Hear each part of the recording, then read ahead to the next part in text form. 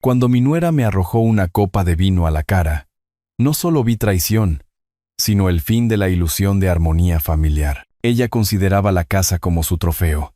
Pero yo, traicionado por mi hijo y su esposa, la vendí en cuestión de semanas. Tomé todo y nunca regresé. Antes de continuar, por favor suscríbete al canal y escribe en los comentarios qué hora es donde te encuentras ahora. Me arreglé la corbata en el reflejo de la ventanilla del coche antes de caminar hacia la puerta principal, comprobando que el nudo estuviera bien centrado. La carpeta de cuero con documentos pesaba bajo mi brazo, y la caja de terciopelo de la joya presionaba mi pecho a través del bolsillo de mi chaqueta. Todo tenía que ser perfecto para este momento. Había ensayado mi discurso durante el trayecto desde mi casa, imaginando la cara de Daniel cuando le anunciara lo que había decidido. Esta casa, esta hermosa villa de estilo español en un barrio próspero, se convertiría oficialmente en la suya. Valeria abrió la puerta antes de que pudiera tocar el timbre. Arturo, justo a tiempo. Su sonrisa se tensó sobre sus dientes, sin llegar a sus ojos. Llevaba un vestido que no reconocí, azul oscuro, de aspecto caro, con joyas que captaban la luz de la entrada. Adelante. Preparé sus platos favoritos. ¿De verdad? No recordaba haberle dicho cuáles eran. La mesa del comedor brillaba bajo el candelabro, puesta con una vajilla que nunca había visto antes. Muebles nuevos abarrotaban el espacio. Un aparador de caoba. Sillas tapizadas con remaches de latón. Yo había sido dueño de esta casa durante 32 años. La heredé de mis padres, quienes la obtuvieron de mis abuelos en 1960, y apenas la reconocía. Varias botellas de vino estaban abiertas en el aparador, con las etiquetas a la vista. Importado. Caro. Popa. Daniel salió de la cocina, secándose las manos con un trapo. Parecía más delgado que el mes pasado, con los hombros encorvados. Gracias por venir. Por supuesto que vine. Dejé la carpeta de documentos en la mesa auxiliar, guardando la caja de la joya en mi bolsillo por ahora. Esto es importante. Nos sentamos. Valeria sirvió vino en copas de cristal que yo nunca había comprado, llenando la suya casi hasta el borde. Las manos de Daniel jugueteaban con su servilleta, doblando y redoblando la esquina. Apareció el primer plato. Había contratado a alguien para cocinar. Me di cuenta, al ver el emplatado profesional. Más gastos. Esperé hasta que terminó de servir. El momento se sentía ceremonial, significativo. Recuperé la carpeta de documentos y la coloqué con cuidado sobre la mesa, entre nosotros, alisando el cuero con la palma de mi mano. Daniel, Valeria, quería que esta noche fuera especial. Abrí la carpeta, revelando la escritura de la propiedad en la parte superior. La firma de mi abuelo aún visible en tinta azul desvaída en la parte inferior. Esta casa ha estado en la familia durante 3 generaciones. Mi abuelo la compró en 1960, cuando este barrio aún se estaba desarrollando. Pagó $12,000 por ella. Valeria se inclinó hacia adelante, con los ojos fijos en los papeles. Se la pasó a mis padres, que vivieron aquí durante 40 años. Me la pasaron a mí. Y ahora... Hice una pausa, queriendo que las palabras tuvieran el peso adecuado. Ahora estoy listo para pasártela a ti, Daniel. La próxima semana he concertado una cita con el notario para hacer oficial la transferencia. La casa será tuya. Por fin. La voz de Valeria restalló sobre la mesa como un látigo. ¿Sabe cuánto tiempo hemos estado esperando? 3 años, Arturo. 3 años de nuestras vidas en el limbo. Parpadeé. Confundido. ¿Esperando? Valeria, no entiendo. Les estoy dando la casa para que vivan en ella, para que formen su familia. ¿Vivir en ella? Se rió, con un tono agudo y estridente. No queremos vivir aquí. Queremos lo que es nuestro. Tengo compradores en fila. $2.1 millones. Por fin podríamos empezar nuestra vida de verdad. Mudarnos a un vecindario mejor. Pero usted sigue dándonos largas con su basura sentimental sobre las tradiciones familiares. La habitación se inclinó ligeramente. ¿Compradores? Ya. ¿Quiere venderla? Por supuesto que queremos venderla. Ese es todo el punto. Ahora estaba de pie, su silla chirriando al arrastrarse hacia atrás. ¿Qué pensaba? ¿Que íbamos a desperdiciar nuestros mejores años en esta casa anticuada, en su vecindario anticuado, jugando a la familia feliz? Necesitamos ese dinero, Arturo. Nos lo hemos ganado aguantando sus interminables retrasos y su controladora. No estoy tratando de controlar a nadie. Mantuve mi voz nivelada, de la forma en que había aprendido a hacerlo en el tribunal, cuando los procedimientos se calentaban. La casa estaba destinada a ser un hogar, para la familia, para generaciones. No nos importan sus generaciones. Su mano golpeó la mesa, haciendo vibrar el cristal. Ya encontré compradores que pagarán $2.1 millones. Ese es nuestro boleto de salida, nuestra oportunidad de construir algo de verdad. Pero usted, patético viejo manipulador, ¿cree que puede mantenernos como rehenes con su dinero? Daniel miraba fijamente su plato. Sus nudillos se habían puesto blancos alrededor de la servilleta. «Daniel». Me volví hacia mi hijo, buscando algún reconocimiento en su rostro. «¿Tú sabías de esto? ¿Sobre vender?» Abrió la boca. No salió nada. Sus ojos permanecieron fijos hacia abajo. Por supuesto que lo sabía. Valeria agarró su copa de vino. «Es mi marido, pero es demasiado débil para enfrentarse a usted». ¿Demasiado miedo de decepcionar a papi? Bueno, yo no tengo miedo. Esta es nuestra casa. Nos la hemos ganado. El vino golpeó mi cara, frío y agudo. El líquido rojo salpicando mi visión. Empapó mi camisa blanca. Goteó desde mi barbilla hasta los papeles que había extendido con tanto cuidado sobre la mesa. Los documentos se oscurecieron en los bordes, floreciendo con manchas rojas. «Patético viejo», siseó Valeria. «¿Cree que puede controlarnos con su dinero? Esta es nuestra casa. Nos la hemos ganado». Me levanté lentamente. El vino goteaba de mi cuello, formando un charco en mi camisa. Mis manos se movieron deliberadamente. Dejé mi servilleta. Recogí los documentos manchados de vino y los volví a guardar en la carpeta. La caja de terciopelo de la joya permaneció en mi bolsillo, sin entregar. Daniel no se había movido. No había hablado. No me había mirado ni una sola vez. Caminé hacia la puerta. Detrás de mí, la voz de Valeria se elevó de nuevo. «¿Ves? Te dije que tu padre nunca nos respetó. Te dije que nunca nos dejaría en paz». La puerta principal se cerró detrás de mí con un suave clic. Caminé hacia mi coche. Cada paso medido. Mi mano tembló cuando alcancé la manija de la puerta, la primera fisura en mi control. Y la agarré con más fuerza hasta que el temblor cesó. Dentro del coche, ajusté el espejo retrovisor. El cuello de la camisa manchado de vino se reflejaba en él, oscuro y condenatorio. Me senté en esa entrada durante varios minutos antes de arrancar el motor. El trayecto a mi apartamento en la ciudad solía llevar 15 minutos. Esa noche, me pasé la salida, atrapado en algún espacio en blanco entre pensar y no pensar. Un claxon sonó detrás de mí cuando corregí demasiado despacio. Me dolían los nudillos de agarrar el volante. En cada semáforo en rojo, miraba la mancha de vino que se extendía por mi pecho, oscura y pegajosa. El edificio de mi condominio se alzaba contra el cielo nocturno, modesto en comparación con la villa española. Me había mudado aquí hace 3 años después de jubilarme, queriendo algo sencillo, manejable, 2 dormitorios, un balcón con vistas al océano, muebles de alquiler que nunca me había molestado en reemplazar. La llave se atascó en la cerradura como siempre, y tuve que moverla 2 veces antes de que la puerta se abriera. No encendí las luces de inmediato. Simplemente me quedé en la entrada, escuchando el silencio. Después de un momento, caminé hacia el baño y encendí el interruptor. El espejo me mostró claramente. Un hombre de 64 años con el pelo canoso, vino salpicado por toda su camisa blanca, como evidencia en la escena de un crimen. Toqué la mancha. Sentí donde se había secado y endurecido contra la tela. Tracé el borde con un dedo. Mi reflejo me devolvió la mirada. ¿Cuándo me había vuelto tan viejo? No pude dormir. El vino se había secado por completo ahora. La camisa era incómoda y apretada. Debería habérmela cambiado. Debería haberla metido en la lavadora.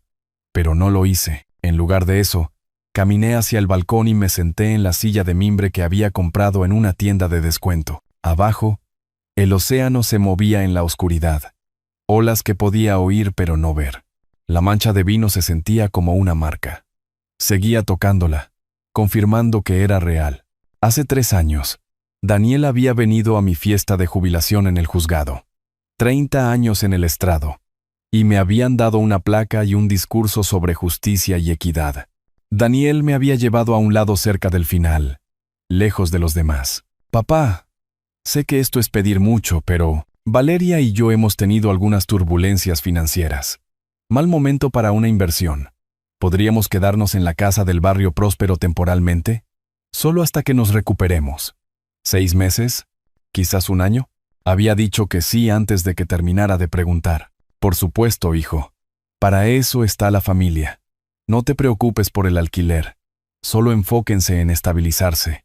Yo seguiré encargándome de los impuestos de la propiedad y el seguro. Me había abrazado. Me había dado las gracias. Había dicho que los estaba salvando. 6 meses se convirtieron en 1 año. Y luego en 2 años.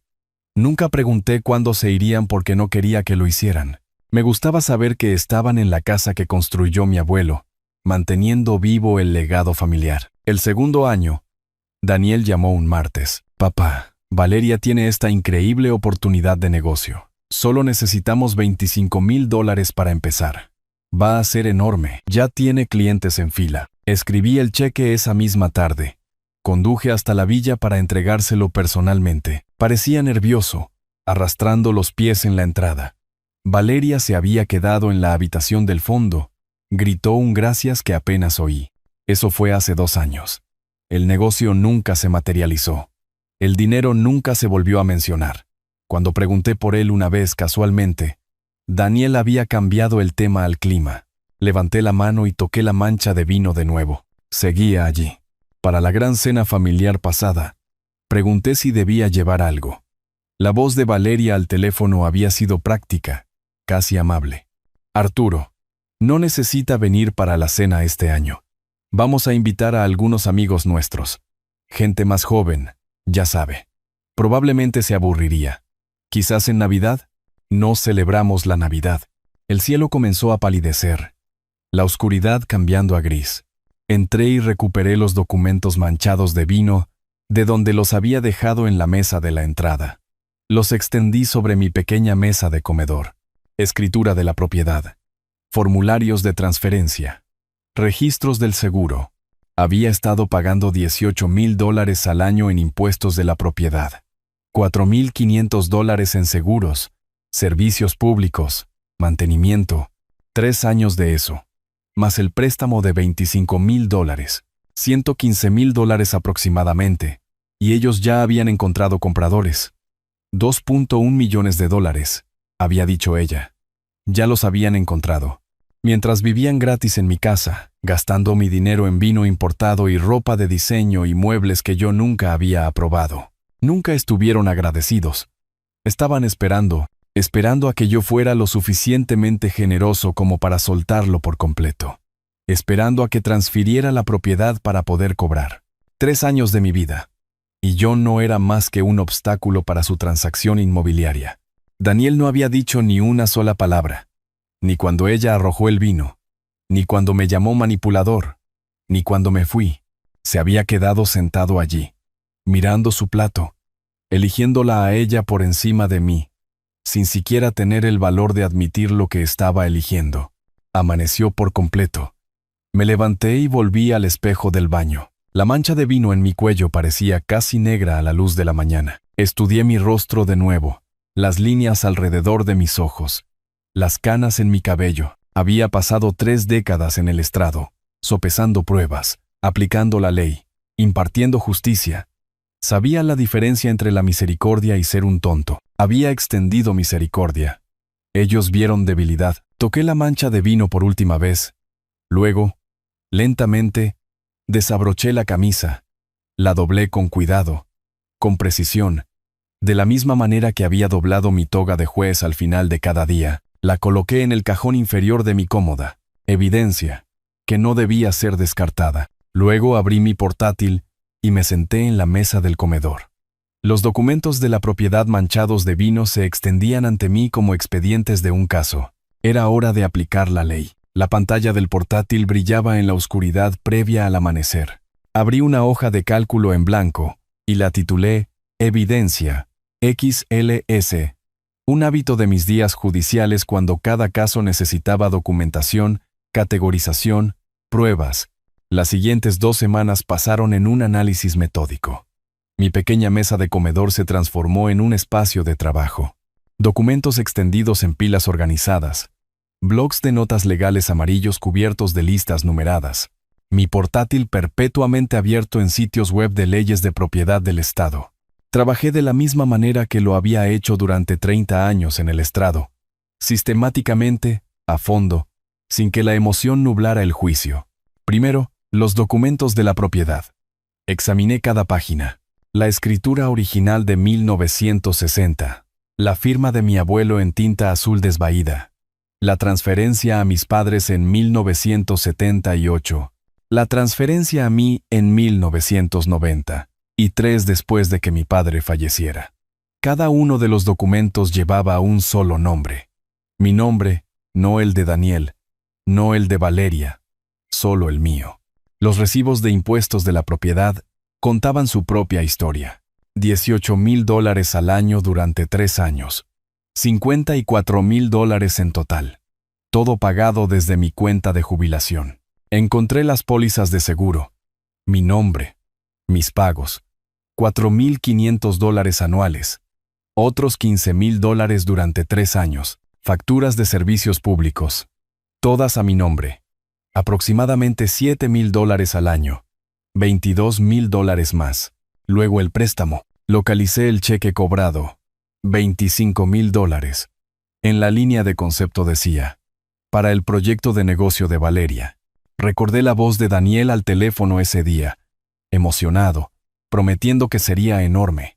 El negocio nunca se materializó. El dinero nunca regresó. Ni siquiera se volvió a mencionar. Introduje cada número en la hoja de cálculo, verificando 2 veces contra los recibos. El teclado hacía clic constantemente en el silencioso apartamento. Cuando apareció el cálculo final, $115,000, lo miré fijamente durante un largo momento. Luego guardé el archivo y cerré el portátil. La investigación legal tomó otros 3 días. Los estatutos del Estado eran inequívocos. El propietario de un inmueble podía terminar la ocupación con un aviso por escrito de 30 días cuando no existía un contrato de arrendamiento. Leí el estatuto 4 veces. Subrayé los pasajes relevantes. Los copié en un documento etiquetado como marco legal. ¿Qué tipo de contrato tienes con la familia? Ninguno, porque confías en ellos, porque crees que la sangre significa algo. Para la segunda semana tenía mi estrategia. Saqué un bloc de notas legal amarillo, del mismo tipo que había usado durante 30 años en mi despacho, y escribí en la parte superior: plan de 5 pasos. Paso 1. Contratar a un abogado inmobiliario para una venta legal acelerada. Paso 2. Retirar todos los bienes personales y reliquias familiares antes de la notificación. Paso 3. Asegurar un comprador dispuesto a aceptar un plazo de cierre estándar. Paso 4.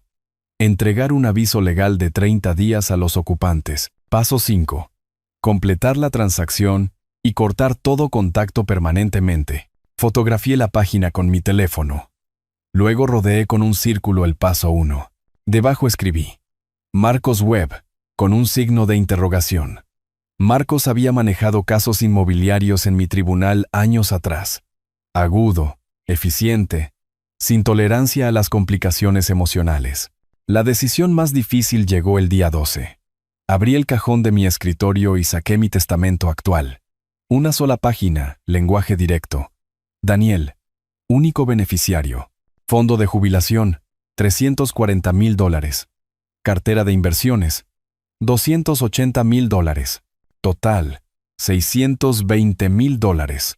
Cogí mi teléfono y busqué el contacto de Diana Morrison. Mi dedo se detuvo sobre su nombre. Abogada de sucesiones, colega durante 2 décadas, alguien que conocía mi historia. Presioné el botón. Diana, soy Arturo. Necesito revocar mi testamento actual y redactar uno nuevo. Eliminación completa del beneficiario principal. Su pausa se alargó. Arturo, eso es. ¿Estás seguro? Daniel es tu único hijo.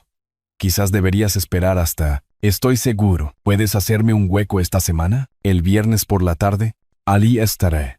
Después de colgar, me quedé inmóvil durante varios minutos. Esto no era ira. La ira se desvanece. Esto era la corrección de un error. El mismo proceso que había aplicado innumerables veces desde el estrado al revisar casos basados en premisas falsas. La tarde del 14º día, llamé al número de Daniel. Sonó 4 veces, saltó el buzón de voz. Colgué y volví a marcar. Buzón de voz. Tercera llamada. Cuarta llamada. Cada rechazo anotado mentalmente como evidencia acumulada. Al 5º intento contestó: papá, mira, he querido llamarte. Yo solo. Necesito recoger algunos documentos de la casa. Estaré allí el miércoles a las 10 de la mañana. Por favor, estate en casa. ¿Documentos? ¿Qué documentos? Papá, lo siento por lo de Valeria. Estaba alterada. No quería. Miércoles, 10 de la mañana. Terminé la llamada y dejé el teléfono con deliberado cuidado. De la misma manera que cerraba los expedientes de los casos después de dictar la sentencia final. Mi mano no tembló esta vez. El temblor de hacía 2 semanas había desaparecido por completo, reemplazado por algo más frío y duradero. Miré mi reflejo en la pantalla oscurecida del portátil. Durante 30 años, había mantenido la compostura en el tribunal mientras dictaba sentencias que cambiaban vidas. Había dominado la habilidad de hablar con absoluta autoridad, de hacer entender a la gente solo con el tono que la discusión había terminado y la decisión se había tomado. Daniel lo escuchó. Ese cambio. 3 años de suavidad, paciencia, complacencia paternal, borrados en 8 palabras. Sabía que algo fundamental había cambiado. Perfecto. Debería saberlo. Ambos deberían. Abrí el cajón de mi escritorio y miré la camisa manchada de vino, doblada precisamente donde la había colocado 2 semanas antes. Evidencia. Aún preservada. No por sentimentalismo, sino por principio. La mancha se había oscurecido hasta volverse casi negra, permanente. Cerré el cajón y volví a mi blog de notas legal amarillo. Junto al paso 1, escribí Marcos Webb. Lunes 9 de la mañana y lo subrayé 2 veces. El lunes por la mañana, me vestí como solía vestirme para el tribunal. Camisa blanca planchada, corbata azul marino, saco carbón. En el espejo del baño, enderecé el nudo hasta que quedó perfectamente centrado. Esto no era un negocio casual. Era un compromiso profesional. La apariencia importaba. Organicé los documentos en mi maletín por categoría. Escrituras de la propiedad, recibos de impuestos, facturas de servicios públicos, el cheque cobrado de $25,000. La carpeta de cuero manchada de vino de la cena fue encima. Las manchas se habían desvaído a un tono marrón, pero seguían visibles, un recordatorio de por qué estaba haciendo esto. La oficina de Marcos Webb ocupaba el 3er piso de un edificio en el centro, a 10 minutos de la Villa Española. La sala de espera tenía muebles modernos y paredes revestidas con libros de derecho inmobiliario, lomos perfectamente alineados. Profesional, organizado, exactamente lo que necesitaba. Marcos salió de su oficina a las 9 en punto. Mediados de los 40, traje caro, apretón de manos firme. Juez. Qué bueno verlo de nuevo. Juez retirado, corregí. Y ahora solo Arturo. Su oficina daba a la avenida principal. Me senté frente a su escritorio y abrí mi maletín, sacando los documentos uno por uno. Escritura de la propiedad, recibos de impuestos organizados por año, pólizas de seguro, estados de cuenta de servicios públicos, el cheque cobrado, cada documento colocado deliberadamente, creando un mapa visual de la evidencia. Soy dueño de una casa en este barrio, comencé, usando el mismo tono que había usado para las declaraciones de apertura. Mi hijo y su esposa la han ocupado sin pagar alquiler durante 3 años. No existe un contrato de arrendamiento. Es familia.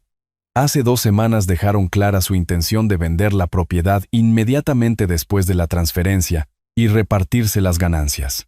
He decidido venderla yo mismo. Marcos se inclinó hacia adelante, examinando la escritura, registrada únicamente a su nombre. ¿Correcto? Heredada de mis padres. 5 propietarios, sin gravámenes, sin cargas.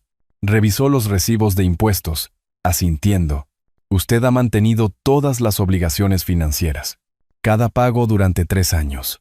Impuestos de la propiedad, seguros, servicios públicos. Ellos no han pagado nada. Deslicé la hoja de cálculo sobre su escritorio. Contribución financiera total de mi parte. $115,000. Marcos estudió los números. Luego levantó la vista. Señor Arturo, legalmente está usted en una posición absolutamente fuerte. La casa es suya. No existe contrato de arrendamiento. Asumo que por ser familia, correcto. Ningún acuerdo formal. Pidieron quedarse temporalmente hace 3 años. Acepté. Entonces, bajo la ley del Estado, son ocupantes sin contrato. Usted puede vender la propiedad a voluntad. Solo está obligado a proporcionar un aviso por escrito de 30 días antes de que deban desalojar. La confirmación asentó algo en mi pecho. No satisfacción exactamente, pero sí validación. Mi investigación había sido precisa. La ley estaba de mi lado. Quiero que esto se maneje con discreción, dije. Sin advertencia previa. Encuentre un comprador. Cierre el trato. Luego notifíquelos. Marcos golpeó su bolígrafo contra el escritorio. Entendido. Un cierre típico toma 60 días. Necesitaremos ese tiempo para la búsqueda de títulos, inspecciones, papeleo. Usted entregará el aviso 30 días antes del cierre. Eso cumple con la ley y les da un tiempo mínimo para interferir. ¿Sus honorarios? Representación completa hasta el cierre. $8,500. Aceptable. ¿Cuándo podemos empezar? Redactaré el acuerdo de listado hoy mismo. Podemos tener la propiedad en el mercado para el fin de semana. Hizo una pausa. Una pregunta. Propiedad personal en la casa. Muebles. Pertenencias. ¿Alguna preocupación al respecto? Había anticipado esto. Preocupaciones significativas. La casa contiene piezas valiosas que pertenecían a mis padres. Un juego de comedor antiguo, aproximadamente $12,000. Una colección de libros raros. Otros $7,000 u $8,000. Pinturas. La colección de sellos de mi abuelo. Necesito retirarlos antes de la venta. Tiene absoluto derecho a retirar su propiedad personal, pero dada la tensión, le recomendaría hacerlo con cuidado. Quizás contratar profesionales. Ya está planeado. Me encargaré de ello esta semana. Nos dimos la mano. Salí de su oficina con un acuerdo de representación firmado y un cronograma claro. 60 días para el cierre. 30 días de aviso a los ocupantes. 90 días en total hasta que nunca más volviera a ver esa casa ni a ellos. Pasé los siguientes 2 días preparándome para la visita del miércoles. Hice listas de cada artículo valioso que podía recordar en la casa, particularmente en mi antiguo estudio. La habitación que Daniel y Valeria habían evitado porque contenía cosas viejas. El juego de comedor de caoba de mi abuela con 8 sillas. La biblioteca de derecho de mi padre. Primeras ediciones de casos históricos. Pinturas que había heredado. Ese estudio contenía $30,000 en reliquias familiares que habían ignorado durante 3 años. Llegó el miércoles por la mañana. Conduje hasta la casa llevando una cámara, una cinta métrica y mi bloc de notas legal amarillo. La entrada se veía igual, pero me sentí diferente al entrar en ella. Sin nerviosismo, sin anticipación, solo un propósito frío. Daniel abrió la puerta antes de que yo tocara. Tenía ojeras, el rostro demacrado. Papá, gracias por venir. Escucha, sobre la semana pasada Valeria solo. Se pone emocional con el dinero, pero no quería. Ahora no, Daniel. Estoy aquí por negocios. ¿Negocios? ¿Qué negocios? Papá, podemos simplemente hablar de passer junto a él. ¿Dónde está la llave del estudio? ¿El estudio? Está sin llave, pero ¿por qué? Caminé por el pasillo sin responder. La ausencia de Valeria se registró de inmediato. Estaba en casa. Podía sentirlo, pero se quedaba en el dormitorio. Desprecio demostrativo. Ni siquiera podía molestarse en enfrentarme. El estudio se veía exactamente como lo había dejado hacía 3 años. Muebles de caoba relucientes, libros forrando 2 paredes, pinturas colgadas precisamente donde mi padre las había colocado. Puse mi cámara en el escritorio y comencé a fotografiar sistemáticamente cada pieza. Múltiples ángulos, primeros planos de las marcas del fabricante. medidas registradas en mi blog de notas. Daniel apareció en la puerta. ¿Qué estás haciendo? No levanté la vista. Inventario de bienes personales. Estos artículos me pertenecen. Tengo todo el derecho de documentar mis propias posesiones. ¿Pero por qué ahora? ¿Qué está pasando? Estoy aclarando la propiedad. Fotografié el juego de comedor, contando sillas, observando las patas talladas. Estas piezas nunca fueron parte de la casa. Son mi propiedad personal. Se balanceó, con las manos en los bolsillos. No irás a llevarte todas estas cosas, ¿verdad? Estas cosas siempre han estado aquí. Son parte de la casa. Dejé de fotografiar y me volví para enfrentarlo. Hice contacto visual. Lo mantuve hasta que él desvió la mirada. Daniel, estas piezas pertenecen a mis padres.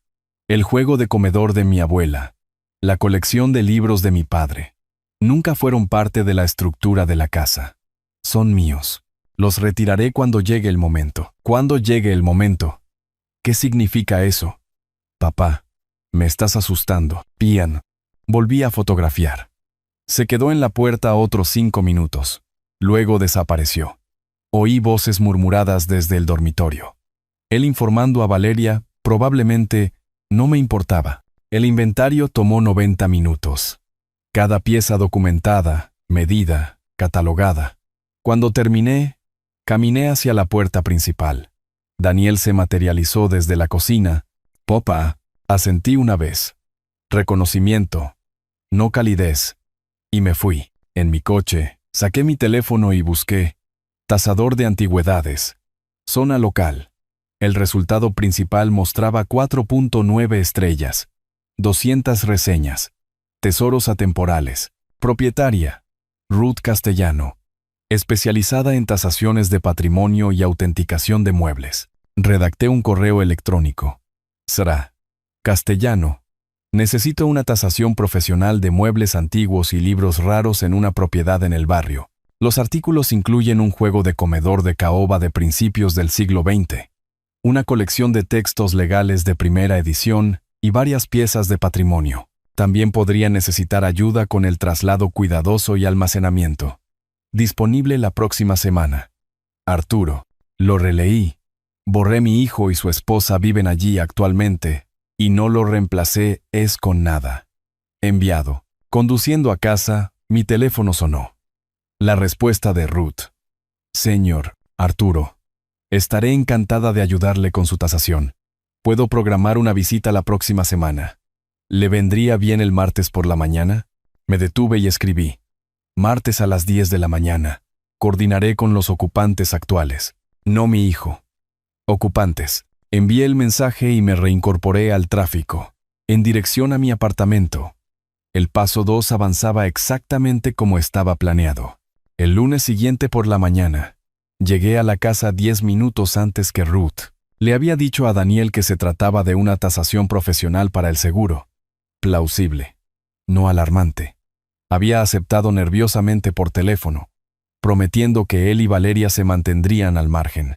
La camioneta de Ruth entró en el acceso exactamente a las 10. Salió vistiendo unos sencillos pantalones de lino y una impecable blusa blanca, con el pelo plateado recogido en un elegante moño bajo. Llevaba un maletín de herramientas de cuero en una mano y una tableta en la otra. Todo en sus movimientos sugería una competencia tranquila, sin prisas, sin vacilaciones. Daniel abrió la puerta antes de que llegáramos. «Buenos días. Usted debe ser la tasadora». Extendió la mano. Ruth se la estrechó brevemente. «Ruth Castellano. Estoy aquí para evaluar piezas patrimoniales para el señor Arturo. Profesional. Cortés. Nada más». Valeria apareció detrás de Daniel, vestida con esmero, de una manera que sugería que había pasado tiempo preparándose.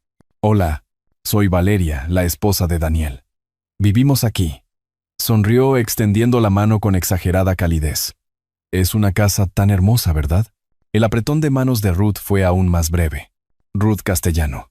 Luego se volvió hacia mí. «¿Empezamos, señor Arturo? Me gustaría examinar primero el juego de caoba mientras la luz de la mañana es óptima». La sonrisa de Valeria flaqueó. Conduje a Ruth al estudio. Dejando a Valeria de pie en el pasillo, descartada sin grosería, simplemente por enfoque profesional. En el estudio, Ruth dejó su maletín y sacó unos guantes de algodón blanco. Se los puso antes de tocar nada. El gesto me impresionó. Reverencia por los objetos. Respeto por la preservación.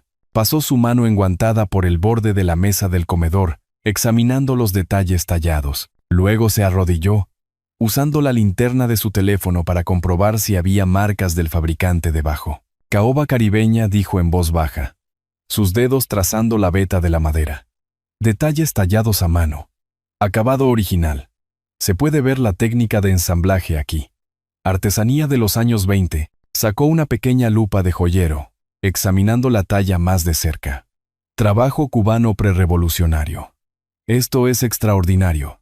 Era de mi abuela, dije. Lo trajo de La Habana en 1959. Ruth me miró. Entonces no solo es valioso monetariamente, es irreemplazable. Fotografió el juego desde múltiples ángulos. Tomó notas en su tableta. Valor de mercado actual, de $15,000 a $18,000. Posiblemente más para el coleccionista adecuado, pero sospecho que no está interesado en vender. Todavía no. Se acercó a las estanterías, pasando su dedo enguantado por los lomos. Cuando llegó a la colección legal de mi padre, se detuvo. Sacó con cuidado un volumen. Primera edición. Comentarios de Blackstone. 1803. Lo abrió por el punto de ruptura natural del lomo. Fotografió la portada. Condición notable. La encuadernación es original. Piel de oveja. La pieza premiada de mi padre. Tenía un gusto excelente. Esto vale $3,000 como mínimo, posiblemente $5,000 para el coleccionista adecuado. Continuó examinando libros, manejando cada uno con el mismo respeto cuidadoso. Valeria apareció en la puerta. Entonces, ¿cuánto vale todo esto? Su voz tenía un filo calculador. Solo curiosidad. Ruth no levantó la vista del libro que estaba fotografiando. Mi informe va dirigido al señor Arturo. Si él decide compartir los detalles con usted, es su decisión. Límite profesional establecido. La boca de Valeria se tensó. Desapareció de nuevo. Durante las siguientes 2 horas, Ruth trabajó metódicamente. Examinó pinturas, midió muebles, fotografió la colección de sellos de mi abuelo. Cada artículo documentado con fotografías, medidas, notas de estado. En un momento me encontré a solas con ella en el estudio. Daniel se había retirado a algún lugar. Valeria había dejado de merodear. Ruth hizo una pausa. Me miró directamente. Señor Arturo, ¿puedo preguntar algo? Su voz era suave pero curiosa. ¿Por qué está tasando sus propias posesiones en lo que parece ser su propia casa? Dudé. Algo en su franqueza, su falta de juicio, me hizo responder honestamente, porque este ya no es mi hogar. Voy a tomar lo que me pertenece, antes de irme, permanentemente. Me sostuvo la mirada durante 3 segundos. Luego asintió una vez. Entiendo. ¿Lo entiende? Sí, lo entiendo. Sin preguntas indiscretas, sin demandas de explicación, solo aceptación. Ruth volvió a su tableta. Hizo algunas notas más. Entonces, necesitará ayuda para retirar estas piezas. Son frágiles, valiosas, y basándome en la tensión que estoy sintiendo aquí, querrá que esto se haga discretamente. En silencio. ¿Estoy en lo cierto? Muy cierto. Tengo un equipo profesional. Podemos hacerlo en un día cuando la casa esté vacía. Camión climatizado, equipo adecuado, almacenamiento seguro. Me miró. Si confía en mí. Estudié su rostro, la tranquila inteligencia en sus ojos marrones, la firmeza de su postura. 3 años de manipulación me habían enseñado a reconocer la transparencia genuina. La vi aquí. ¿Cuánto? $3,000 por el traslado y el primer mes de almacenamiento climatizado. Si más tarde decide vender a través de mi galería, cobro la comisión estándar del 20%. Sin presión para vender. Sin cargos ocultos. Declaró los términos sin dudarlo. Claro. Directo. Me parece bien. Ruth asintió. Necesitaré un día de aviso para organizar al equipo. Usted me avisa cuándo. Nos mudamos a la sala de estar para terminar la evaluación. Cuando Ruth completó su trabajo, me entregó su tarjeta de visita. Diseño simple y elegante. Tesoros atemporales. Ruth Castellano. tasaciones y autenticación de patrimonio. En la puerta, se detuvo. Señor Arturo, no conozco su historia completa. No necesito saberla. Pero reconozco a alguien que protege lo que legítimamente le pertenece. Eso requiere valor. ¿O terquedad? Ella sonrió levemente. A veces son la misma cosa. Después de que Ruth se fuera, conduje de regreso a mi apartamento. Esa noche, llegó un correo electrónico. Abrí el archivo adjunto, un informe completo en PDF. Cada artículo fotografiado, tasado, con notas detalladas de estado y valores de mercado. Completamente profesional. Luego me desplacé a la parte inferior. Una nota escrita a mano. Escaneada. Si alguna vez necesita a alguien con quien simplemente hablar, mi puerta está abierta. Sé cómo duele la traición de los seres queridos. Yo lo sobreviví. Usted también lo hará. Ruth, me quedé mirando esa nota durante varios minutos. Alguien lo vio. Alguien lo entendió. Por primera vez en semanas, la fría determinación dentro de mí se descongeló ligeramente. No era debilidad, solo el reconocimiento de que no estaba completamente solo en esto. Cogí mi teléfono. Empecé a escribir una respuesta. Luego me detuve. Dejé el teléfono. Caminé hacia mi balcón con vistas al océano. Las olas se movían en la oscuridad de abajo. Las palabras de Ruth resonaban. Yo lo sobreviví. Usted también lo hará. Quizás lo haría. 2 semanas después, Marcos llamó. Arturo, tengo buenas noticias. Una pareja de una ciudad del norte, cerca de los 60 años, buscan una propiedad de retiro en el estado. Les encanta la arquitectura española. Ofrecen 1.82 millones de dólares. Eso está por debajo del mercado, dije, aunque sabía que no importaba. Por 30,000, sí, pero renuncian a la inspección. Pagan en efectivo. Dispuestos a cerrar en 60 días. Un trato limpio. Lo acepto. Excelente. Venga mañana a firmar. Prepararé el aviso oficial para Daniel y Valeria. Lo recibirán el lunes. Colgué y inmediatamente llamé a Ruth. ¿Puedes mover todo este sábado? ¿Antes de que se entregue el aviso? Absolutamente. Lo organizaré. Luego marqué a Daniel. Contestó al tercer timbrazo. ¿Papá? Necesito recoger artículos personales de la casa el sábado. Tendré un camión de mudanzas de 9 a 3. Sería más fácil si no estuvieran allí. ¿Artículos personales? ¿Qué artículos? Papá, no entiendo. Oí movimiento. Luego la voz de Valeria interrumpiendo. Había agarrado el teléfono. No puede simplemente venir aquí y llevarse nuestras cosas. Este es nuestro hogar. Valeria, son mis pertenencias de mi casa. Recibirán una lista detallada. Sábado, 9 de la mañana. Terminé la llamada antes de que pudiera responder. El sábado por la mañana llegó claro y cálido. Llegué a la casa a las 8:45. El camión de mudanzas especializado de Ruth dobló la esquina exactamente a las 9, seguido por su camioneta. 3 hombres bajaron, todos con uniformes a juego. Mudanceros profesionales, no jornaleros. Ruth llevaba una tablilla con sujetapapeles. Daniel abrió la puerta. Su rostro parecía demacrado. Valeria estaba detrás de él, con los brazos cruzados, vestida como si asistiera a una reunión de negocios. Decidieron quedarse, para monitorear, para controlar lo que pudieran. «Buenos días», dijo Ruth amablemente. «Trabajaremos lo más rápido posible para minimizar las molestias». Le entregó a Daniel un documento. «Este es el inventario que vamos a retirar. Todo lo listado fue previamente documentado y fotografiado como propiedad personal del señor Arturo». Daniel lo tomó, con las manos temblando ligeramente. Escaneó las páginas. 3 hojas. A un espacio. Fotos adjuntas. Su boca se abrió. Se cerró. El equipo de Ruth comenzó de inmediato. Se movieron con eficiencia práctica. Carretillas para muebles. Mantas protectoras. Maniobras cuidadosas. Un hombre envolvió individualmente cada pata de las sillas de comedor de caoba. Otro usó cajas de archivo para los libros raros, colocando papel de seda libre de ácido entre los volúmenes. Valeria lo seguía, su voz elevándose. «Esa mesa ha estado aquí durante años. Es parte de la casa. No pueden simplemente llevársela». Ruth se volvió hacia ella, con expresión neutral. Señora, estos muebles están documentados como pertenencias personales del propietario. Cada pieza fue heredada de sus padres. Usted no tiene ningún reclamo legal. Llamaré a la policía. Por favor, hágalo. La voz de Ruth permaneció tranquila.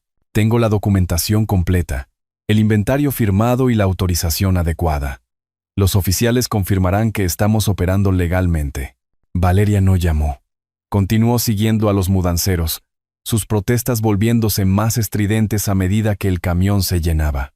Daniel permanecía en el pasillo, inmóvil como una estatua, viendo desaparecer los muebles de su abuelo. Me miró una vez. Le devolví la mirada. Él se dio la vuelta. La operación tomó 4 horas.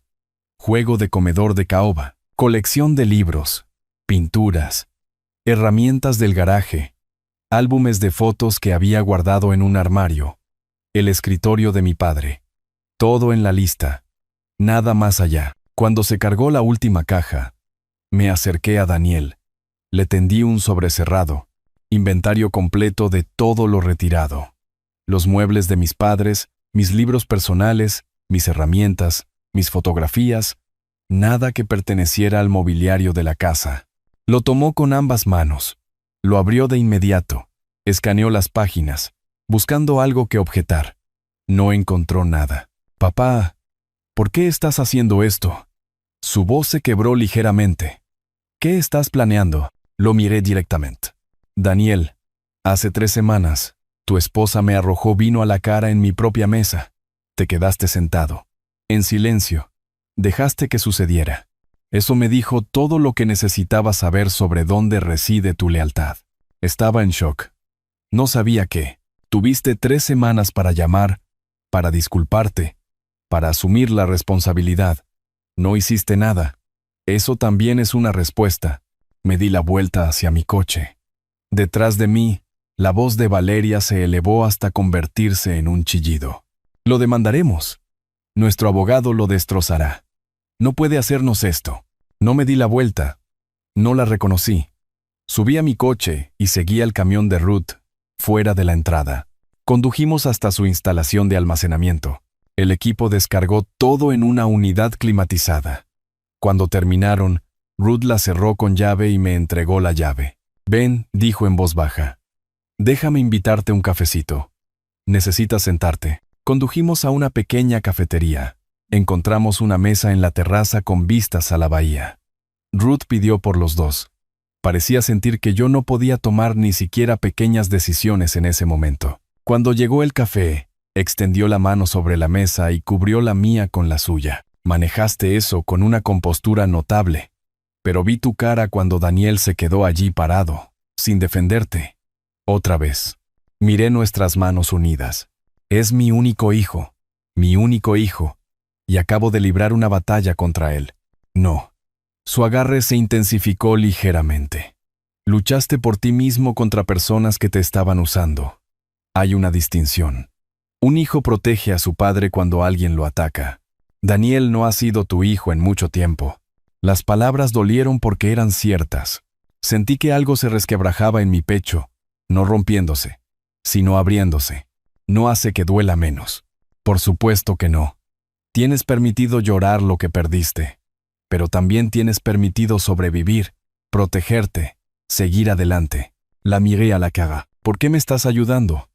Apenas me conoces. Sé lo suficiente. Sé cómo se ve cuando alguien se niega a ser una víctima». Hizo una pausa, su pulgar moviéndose ligeramente contra mi mano. «Pasé 10 años reconstruyéndome después de que mi esposo intentara destruirme en nuestro divorcio. Reconozco esa fuerza, y reconozco cuando alguien merece no estar solo en su lucha». Nos sentamos en silencio por un momento, su mano cálida y firme sobre la mía. Por primera vez desde que mi esposa murió hace 5 años. No me sentí completamente solo. Esto ya no era solo una alianza. Era conexión, algo que ninguno de los dos había esperado. El teléfono de Ruth vibró. Lo miró. Suspiró. «Debo irme. Cliente a las 4. Apretó mi mano una vez más antes de soltarla. «Llámame esto, Shemono. Quizás cenamos». Asentí. Me gustaría eso. Mientras caminaba hacia su coche, la vi irse. sintiendo que algo cambiaba dentro de mí. No amor, todavía no, pero la posibilidad de ello. Mi teléfono vibró. Mensaje de texto de Marcos. Aviso enviado por mensajería. Daniel lo recibirá mañana por la mañana. Avísame si hay problemas. Escribí de vuelta. No lo sabrá. Mañana Daniel se enteraría de que la casa estaba vendida, que tenía 30 días para irse. Mañana comenzaría la fase final. Pero esta noche tenía la calidez de Ruth aún persistiendo en mi mano, y eso hacía que todo fuera soportable. Lunes por la mañana, 19 de mayo. Estaba preparando café con leche cuando sonó mi teléfono. Marcos. Está entregado, dijo. El mensajero confirmó la firma a las 10:03 de la mañana. Daniel firmó por él. J.M. Taza. Gracias. Llámame si hay problemas. Habría problemas, pero ahora eran del tipo legal. Del tipo que entendía completamente. La llamada llegó 40 minutos después. Valeria primero. Naturalmente. Mi teléfono mostró su nombre. Dejé que sonara una vez. Luego rechacé. Devolución de llamada inmediata. Rechazada.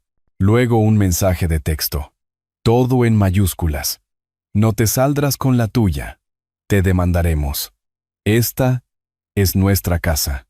Vi cómo el mensaje cambiaba a leído, pero no respondí. 3 llamadas más de Valeria en los siguientes 10 minutos. Cada una rechazada antes de que completara el primer timbrazo. Luego intentó Daniel. Dejé que sonara. 1 vez. 2 veces. 3 veces. Al 5.º timbrazo. Contesté. Daniel. Papá. Su voz se quebró por el pánico. ¿Qué has hecho? No puedes vender la casa.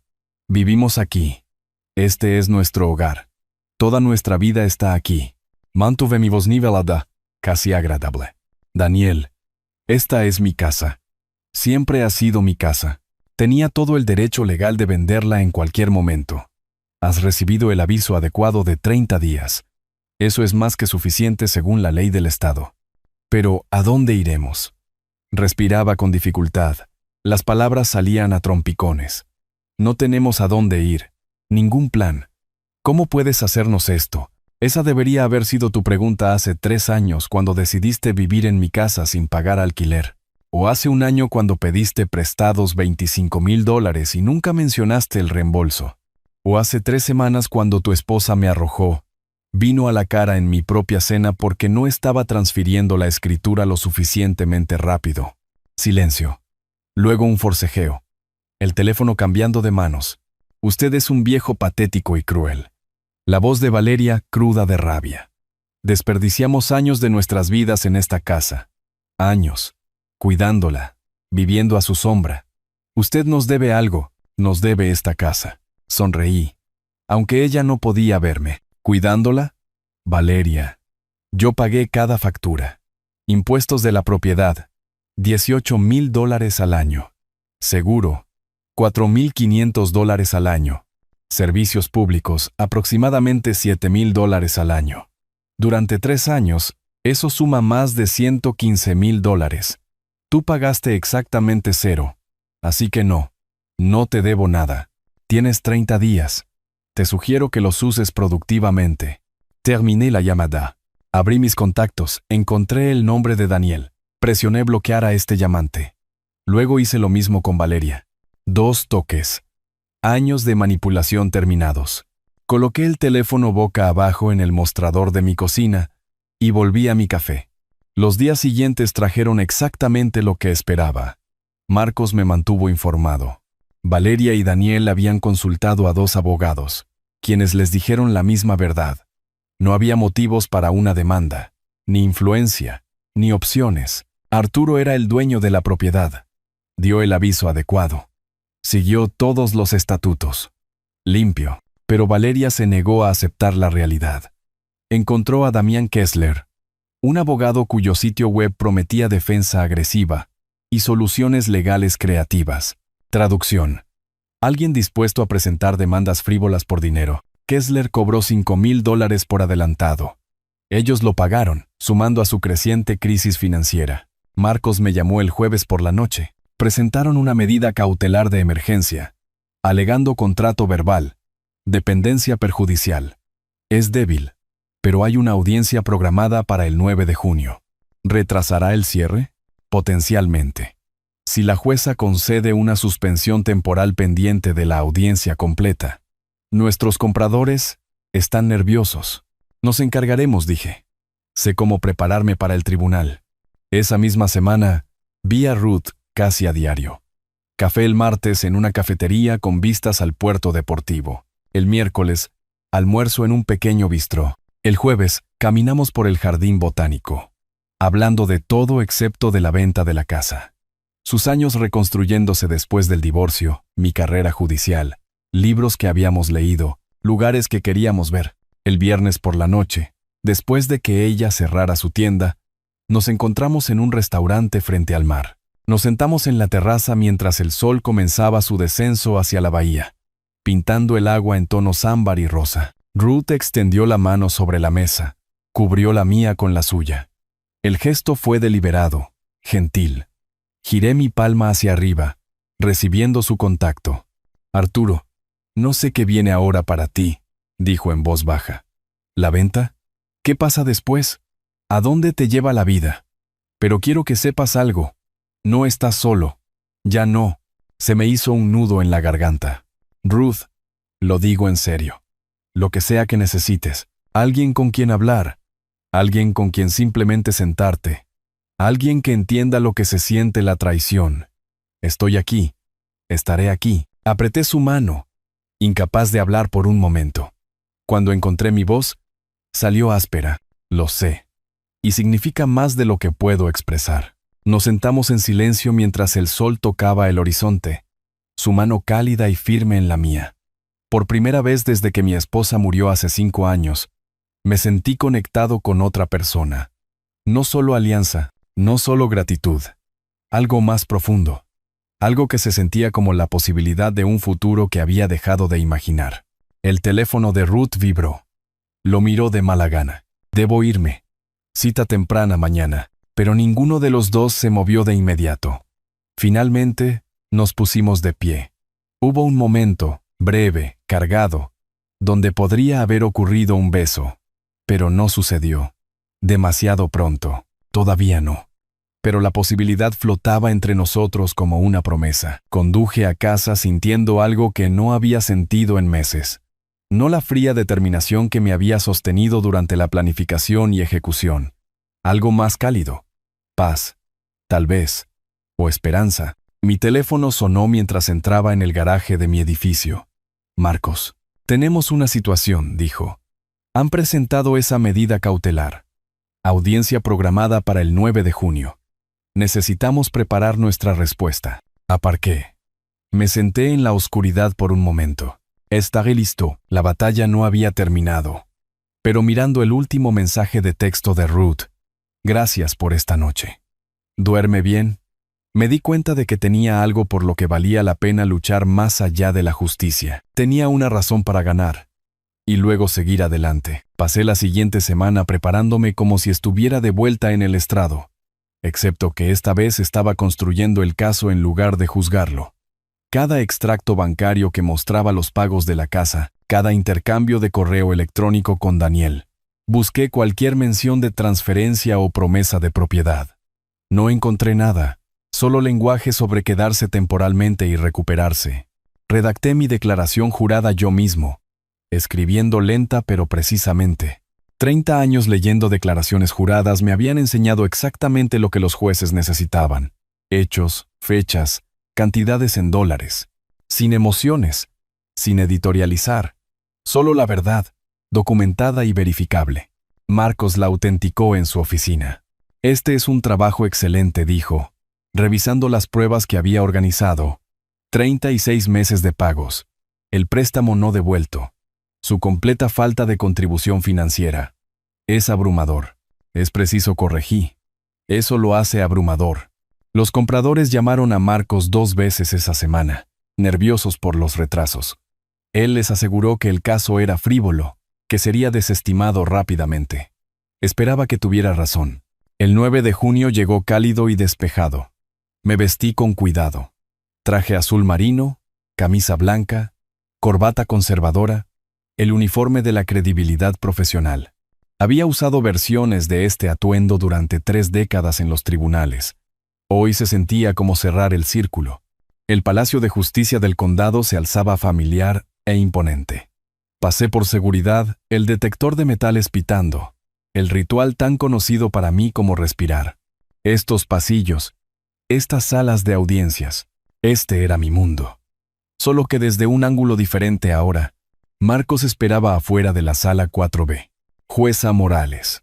He comparecido ante ella. Justa, eficiente, no tolera tonterías. Bien, entramos. La sala era pequeña, diseñada para mociones rápidas y audiencias en lugar de juicios. Valeria y Daniel estaban sentados en la mesa del demandante con Damián Kessler. Valeria vestía de negro, un vestido que nunca había visto. El pelo recogido severamente. Maquillaje mínimo. El disfraz de víctima. Daniel llevaba un traje que no le quedaba bien, su rostro pálido, sus ojos evitando los míos. La jueza Morales entró. Mediados de los 50, movimientos eficientes, ojos agudos detrás de las gafas de lectura. Nos pusimos de pie. Ella se sentó. Nos sentamos. Moción de emergencia para medida cautelar, dijo, mirando sus notas. Señor Kessler, usted la presentó. Puede proceder. Kessler se puso de pie, ajustándose la corbata. Su señoría, mis clientes son una pareja joven que vivió en esta casa durante 3 años, con el permiso verbal explícito del propietario y repetidas promesas de que la casa sería suya. Invirtieron sus vidas, su tiempo, su energía emocional en esta propiedad basándose en sus garantías. Ahora, de repente, sin previo aviso, objeción. La voz de Marcos era tranquila. La afirmación de sin previo aviso es fácticamente incorrecta. Los demandantes recibieron un aviso legal de 30 días como lo requieren los estatutos del Estado. La jueza Morales miró a Kessler. Procede. Señor Kessler, aténgase a los hechos, por favor. Kessler se reajustó. Continuó. Mis clientes confiaron en promesas orales hechas repetidamente por el señor Arturo. Tenían todas las razones para creer. Disculpe. La jueza Morales levantó una mano. ¿Tienen sus clientes alguna evidencia por escrito de estas supuestas promesas? ¿Algún correo electrónico? ¿Mensaje de texto? ¿Carta? Kessler dudó. Bueno, su señoría, los acuerdos familiares a menudo son verbales. No es lo que pregunté. ¿Tiene evidencia por escrito? ¿Sí o no? No. Pero, gracias. Señor Webb, ¿su respuesta? Marcos se puso de pie. Colocó una gruesa carpeta en el podio. Su señoría, los demandantes no pueden presentar evidencia por escrito porque tales promesas nunca existieron. Mientras tanto, el señor Arturo ha proporcionado 36 meses de extractos bancarios que prueban que pagó todos los impuestos de la propiedad, seguros, servicios públicos y mantenimiento, por un total de más de $115,000. Los demandantes contribuyeron con $0. Vivieron gratis durante 3 años. Esto no es dependencia perjudicial. Esto es explotación de la generosidad. La jueza Morales comenzó a hojear las pruebas. Su expresión se volvió progresivamente severa. Señor Daniel dijo, dirigiéndose directamente a él. Tengo algunas preguntas. ¿Tiene usted algún documento escrito? Correo electrónico, mensaje de texto, carta donde su padre aceptara transferirle esta propiedad? Daniel se puso de pie torpemente. No, su señoría. Pero dijo verbalmente que la casa era para la familia. ¿Pagó usted alquiler por vivir en esta casa? No, pero es familia. Así que, ¿pagó los impuestos de la propiedad? No. ¿Las primas del seguro? No. ¿Las facturas de servicios públicos? La voz de Daniel bajó apenas audible. No.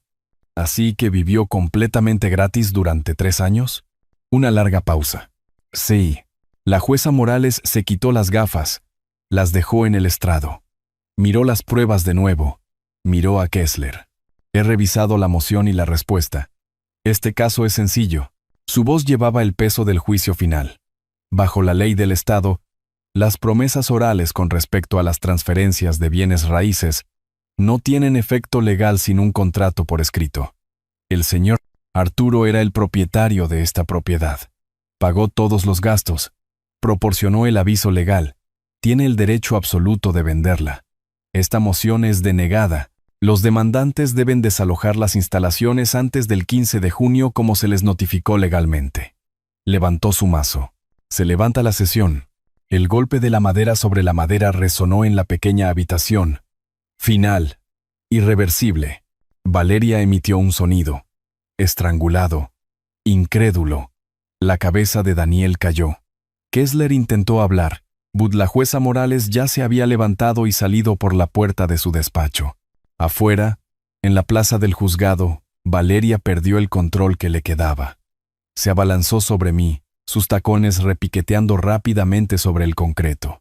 «¡Nos destruyó!», gritó. «Destruyó a su familia». «¿Qué clase de padre hace esto?». Me quedé quieto. Dejé que viniera. Dejé que su rabia pasara de largo. Cuando terminó, hablé en voz baja. «No, Valeria. Tú destruiste a la familia cuando me arrojaste vino a la cara en mi propia casa.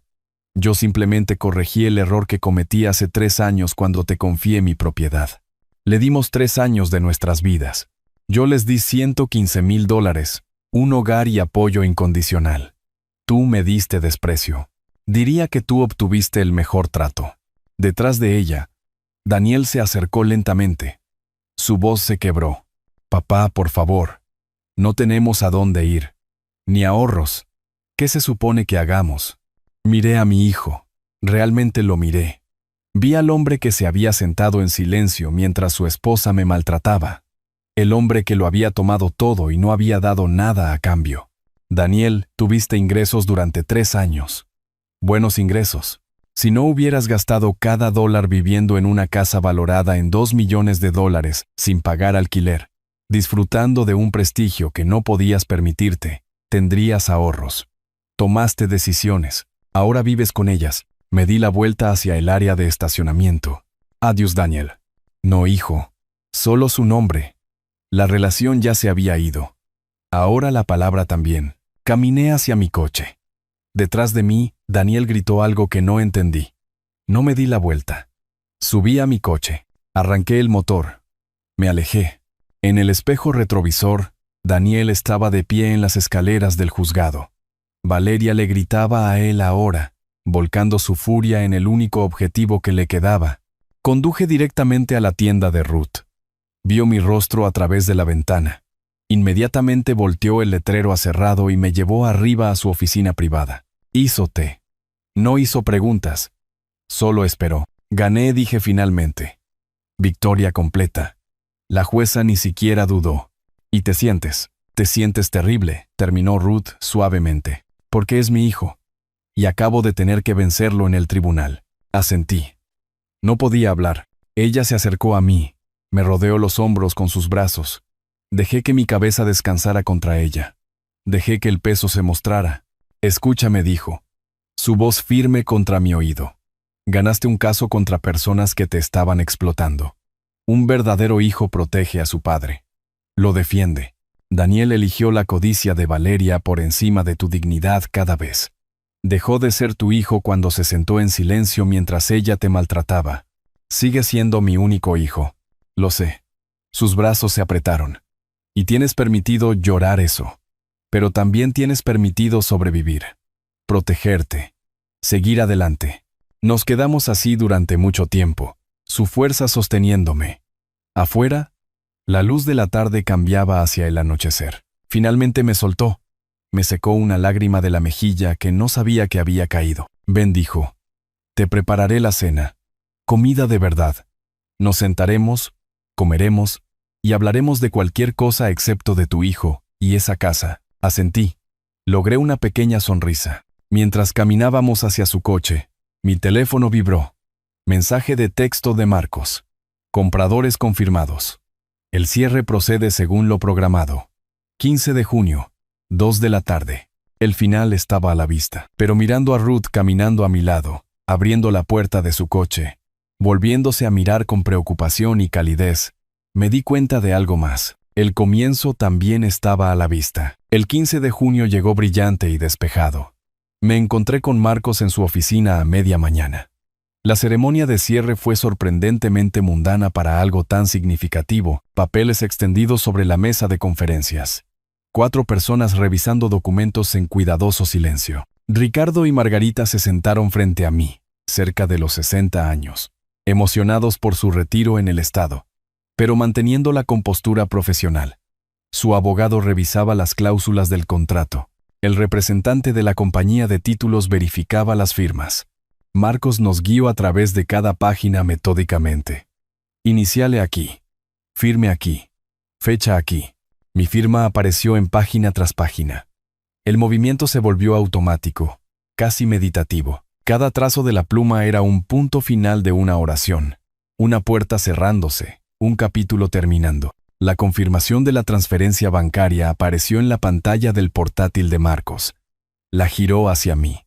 1.74 millones de dólares depositados en la cuenta. Asentí.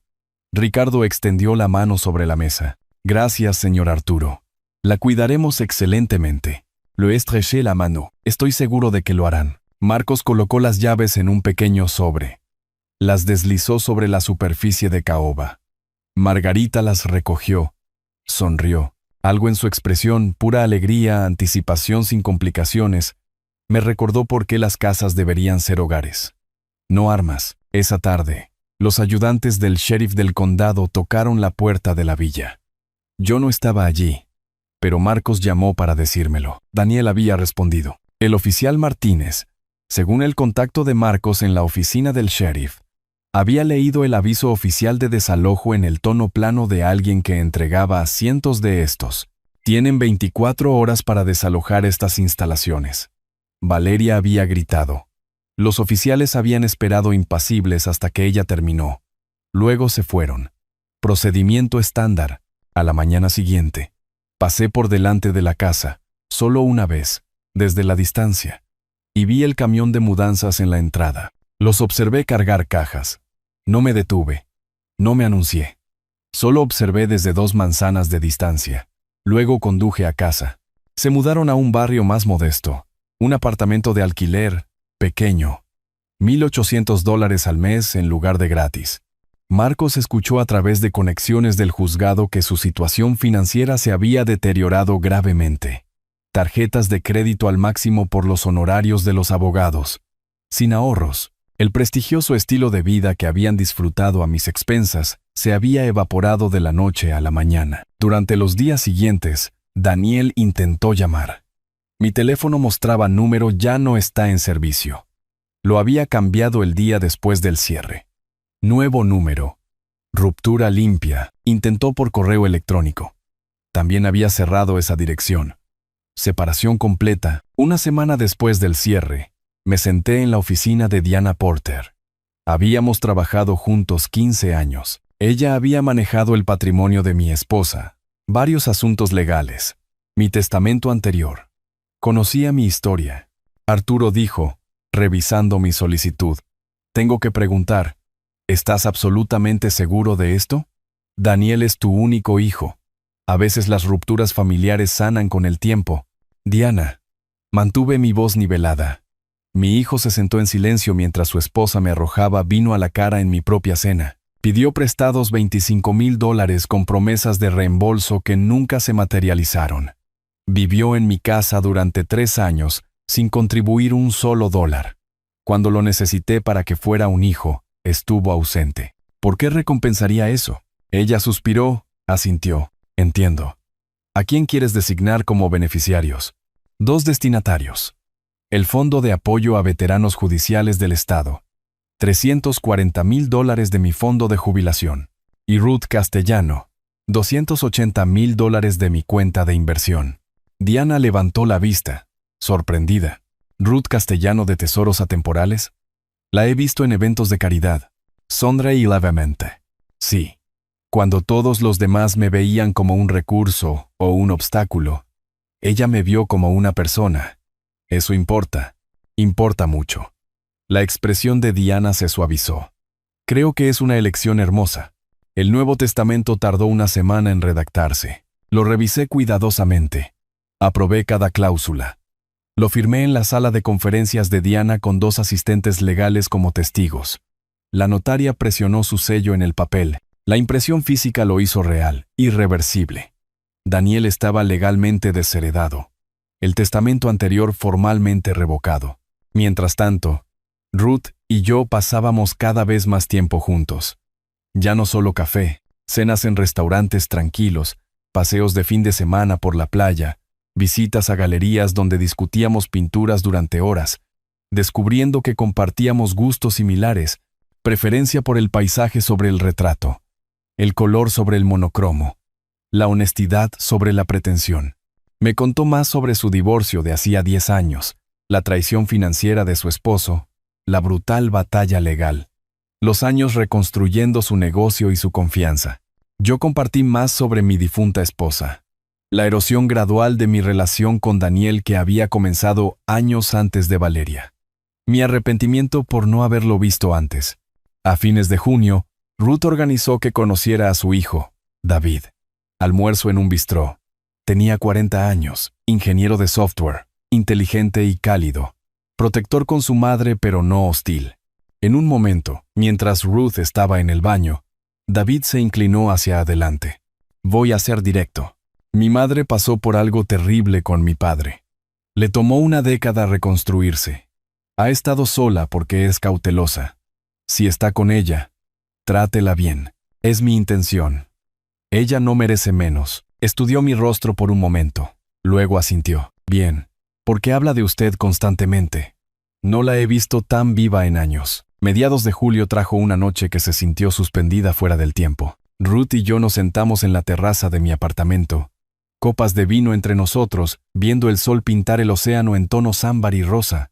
Un silencio cómodo se extendió entre nosotros, del tipo que solo llega cuando las palabras no son necesarias. Finalmente, hablé. Pensé que mi vida se había acabado a los 64 años. Que después de todo lo de Daniel, no me quedaba nada excepto existir. Seguir los movimientos. Pero me mostraste que estaba equivocado. No, se volvió para mirarme. Te lo mostraste a ti mismo. Te levantaste. Luchaste por tu dignidad. Yo solo tuve el privilegio de observar. Fuiste más que una espectadora. Quizás nos ayudamos mutuamente. Me levanté. Le tendí la mano. Ella la tomó. Se levantó. Nos quedamos cerca. El sol se ponía detrás de nosotros. El futuro incierto, pero de alguna manera menos aterrador de lo que había sido meses atrás. Me incliné hacia adelante.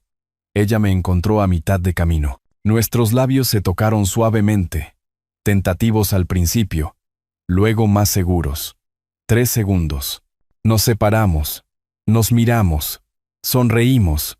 Luego nos besamos de nuevo. Más tiempo. Mi mano acunó su rostro. Su mano descansaba contra mi pecho. No desesperado. Deliberado. 2 personas que se habían ganado el derecho de ser cuidadosas con sus corazones. Cuando finalmente nos separamos, ella apoyó su frente contra la mía. Debería irme, susurró. Envío temprano en la tienda mañana. Cena conmigo mañana por la noche. En algún lugar agradable. Quiero celebrar. ¿Celebrar qué? Nuevos comienzos. Me besó una vez más, rápido y suave. Luego se fue. Me quedé solo en la terraza, mirando el océano oscurecerse, sintiendo algo que no había sentido en años. No solo paz, felicidad real. Mi teléfono vibró. Notificación de correo electrónico. Asunto. De Daniel. Lo miré fijamente durante un largo momento. Luego coloqué el teléfono boca abajo sobre la mesa. Mañana. Lo leería mañana. Esta noche era para este sentimiento, esta calidez, esta posibilidad, esta vida que estaba construyendo desde las cenizas de la antigua. Una mañana de principios de agosto, me senté en mi balcón con café, revisando correos electrónicos en mi tableta. La línea de asunto me detuvo. De Daniel. Por favor, lee. J.E. mi taza. Lo abrí. El correo era largo. Más largo que cualquier comunicación que Daniel me hubiera enviado en años. Leí de pie, luego me senté lentamente. Leí de nuevo. Luego una tercera vez. Papá, no sé si leerás esto. Entiendo si lo borras. Pero necesito escribirlo de todos modos. Estos últimos 3 meses han sido los más difíciles de mi vida. No solo financieramente, aunque eso ha sido brutal, sino emocionalmente. Valeria y yo apenas nos hablamos. Ella me culpa de todo. Quizás tenga razón. Empecé terapia. El terapeuta me preguntó cuándo dejé de defenderme. No pude recordarlo. Quizás nunca empecé. Dejé que Valeria controlara todo. Dejé que te tratara terriblemente. Me quedé en silencio cuando arrojó ese vino. He sido un cobarde. No te pido que me perdones. No me lo merezco, pero quizás algún día, si alguna vez estás dispuesto, podríamos hablar, solo hablar. Extraño a mi padre. Daniel, caminé hasta la tienda de Ruth, llevando la tableta como evidencia. Ella levantó la vista de catalogar una colección de relojes antiguos. Vio mi rostro. Inmediatamente dejó de trabajar. Le entregué la tableta sin hablar. Leyó con atención, luego levantó la vista. ¿Qué siente? Pensé durante un largo momento. Alivio. De que finalmente esté viendo lo que yo vi. Y tristeza. Porque reconocer el problema no deshace el daño. Y libertad. Porque ya no es mi trabajo arreglarlo. No dijo en voz baja. No lo es. Tiene 38 años. Si finalmente está madurando, bien. Pero necesita hacerlo por sí mismo. Ruth asintió. Me devolvió la tableta. Entonces, ¿qué harás? Me senté en su escritorio. Abrí el correo electrónico de mi teléfono. Escribí lentamente. Borré frases. Reescribí. Ruth organizaba estantes cerca, mirando de vez en cuando, pero sin agobiar. Cuando terminé, le mostré el teléfono. ¿Suena esto bien? Leyó. Asintió. Presioné enviar. Daniel, recibí tu correo. Veo que estás empezando a entender lo que pasó. Eso es bueno. Es progreso. Pero necesito que sepas. Necesito tiempo. Quizás mucho tiempo. Quizás para siempre. No lo sé todavía. Lo que pasó me cambió fundamentalmente. Ya no soy el padre que permitió que se aprovecharan de él, que priorizó la paz sobre el respeto. Soy una persona que protege su dignidad. Si realmente estás cambiando, y espero que lo estés, hazlo por ti mismo. No para recuperar mi aprobación, no para acceder a mis recursos, por ti mismo. Que estés bien. Papá, coloqué el teléfono boca abajo en su escritorio. Ruth se acercó a mí. Me rodeó los hombros con sus brazos. Lo manejaste perfectamente. Luego sonrió. ¿Quieres hacer un viaje? ¿Escaparnos una semana? Volamos a una ciudad en el desierto a mediados de agosto.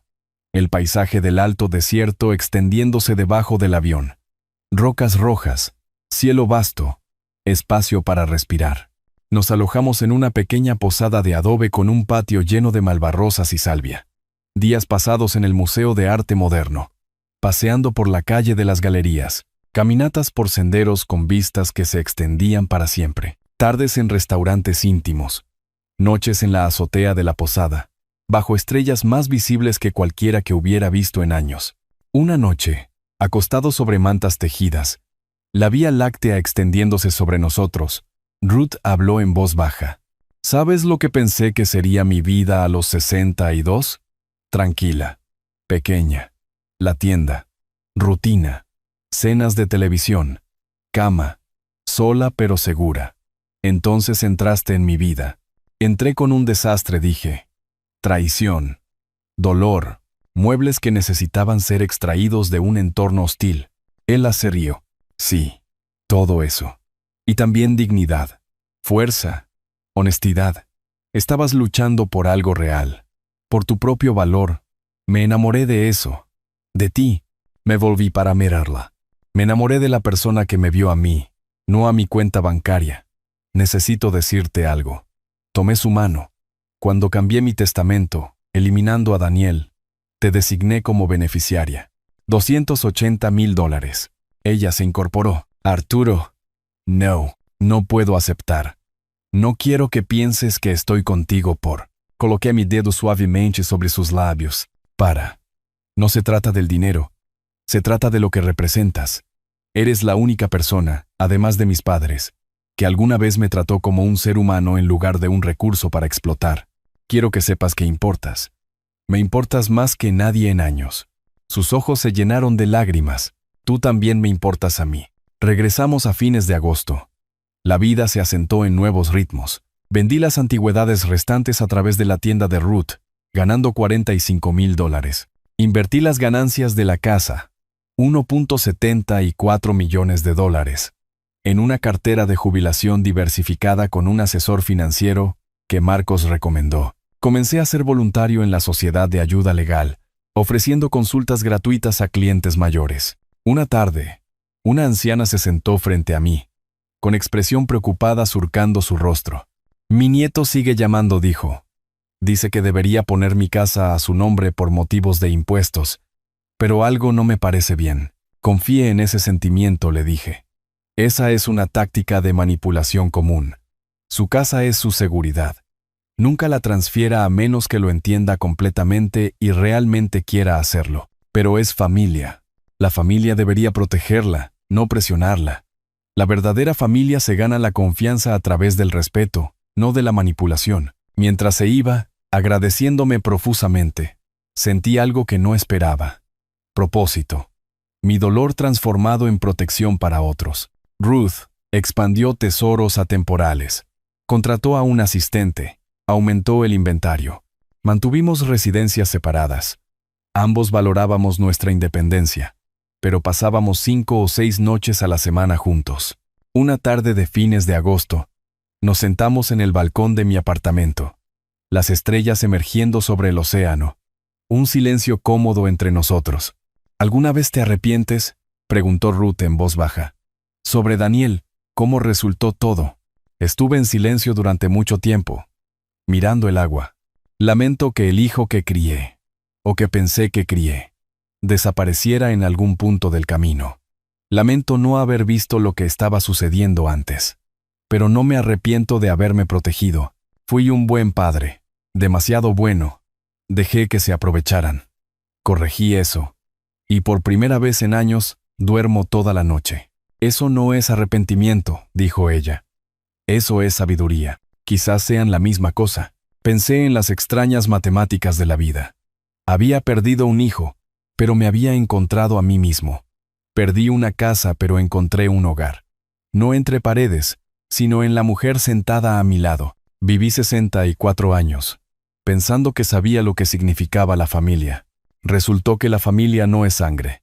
La familia es quien te respeta cuando es inconveniente, quien está contigo cuando es difícil, quien te ve a ti, no a tus recursos. Valeria estaba en algún lugar en un barrio modesto, en un apartamento de alquiler, probablemente todavía considerándose una víctima. Daniel también estaba allí, finalmente madurando, posiblemente demasiado tarde para nuestra relación, pero con suerte no demasiado tarde para él mismo. Y yo estaba aquí, en este balcón, sosteniendo la mano de una mujer que me trataba con dignidad. Había ganado, no porque hubiera destruido la vida de alguien, porque había reconstruido la mía. Sonreí. Ruth me devolvió la sonrisa. No lo dijimos en voz alta, pero ambos lo sabíamos. Este era un verdadero final feliz, no un cuento de hadas, real, donde el héroe se eligió a sí mismo, protegió su dignidad, estableció límites, encontró el amor no a través del rescate o el drama, sino a través del respeto mutuo entre dos personas que habían sobrevivido a la traición y aprendido lo que realmente importaba. El océano se movía en la oscuridad de abajo, las estrellas giraban sobre nosotros, la mano de Ruth cálida en la mía. Justicia lograda, vida reconstruida, paz ganada. Había pasado 30 años en el estrado dictando veredictos. Ahora había dictado uno para mí mismo. Merezco algo mejor. Y lo había hecho realidad. El resto era solo vivir. Y eso, finalmente, era suficiente. Si te gustó esta historia, por favor, dale me gusta a este video.